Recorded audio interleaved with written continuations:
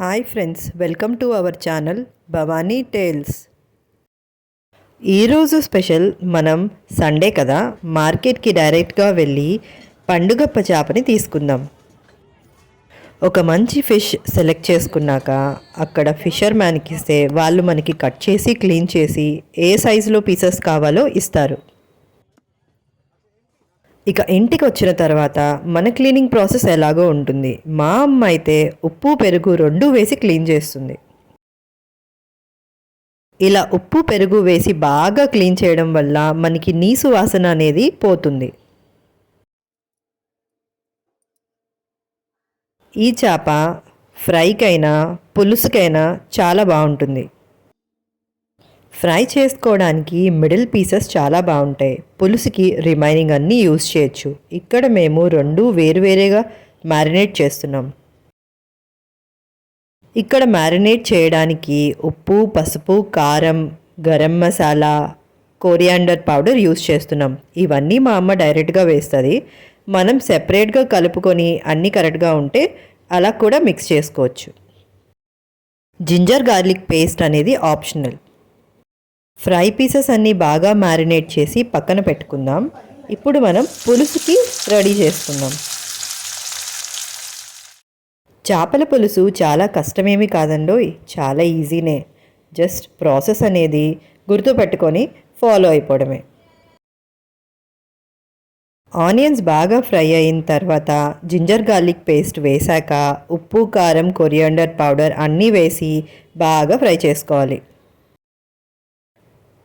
ఏ పులుసు చేయడానికైనా టమాటోలు, చింతపండు 2 పద్ధతుల్లో పులుసు తీయచ్చు. ఒకటి టమాటోని ప్యూరీగా చేసి వేసి తర్వాత చింతపండు గుజ్జు వేయడం, లేదా టమాటో అండ్ చింతపండుని బాగా ఉడకబెట్టి రెండిటిని బాగా గుజ్జు తీసిన తర్వాత వేయడం.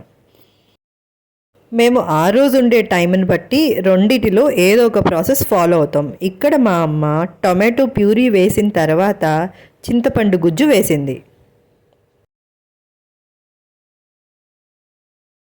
చింతపండు కలిపిన తర్వాత పులుసు ఒక ఉడుకు వచ్చిన తర్వాత చేప ముక్కలన్నీ వేసుకోవాలి.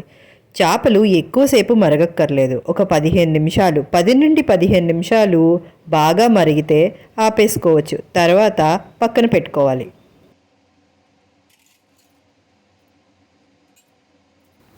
ఉడికిన తర్వాత మనం పైన కొత్తిమీర వేసి పక్కన దించుకుందాం.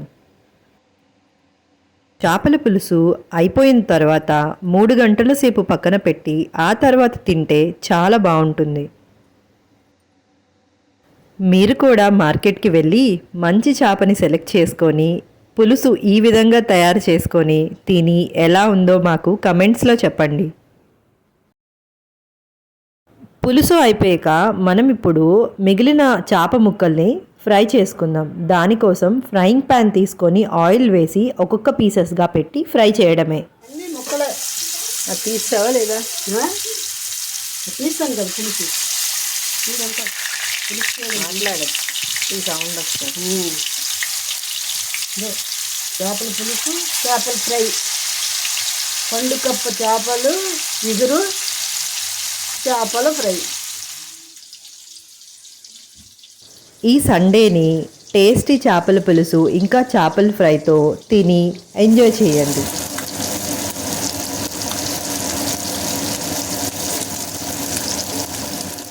వీడియో నచ్చితే లైక్ చేయండి. కొత్తగా వచ్చిన వాళ్ళు సబ్స్క్రైబ్ చేసుకోండి. Thank you. బాయ్.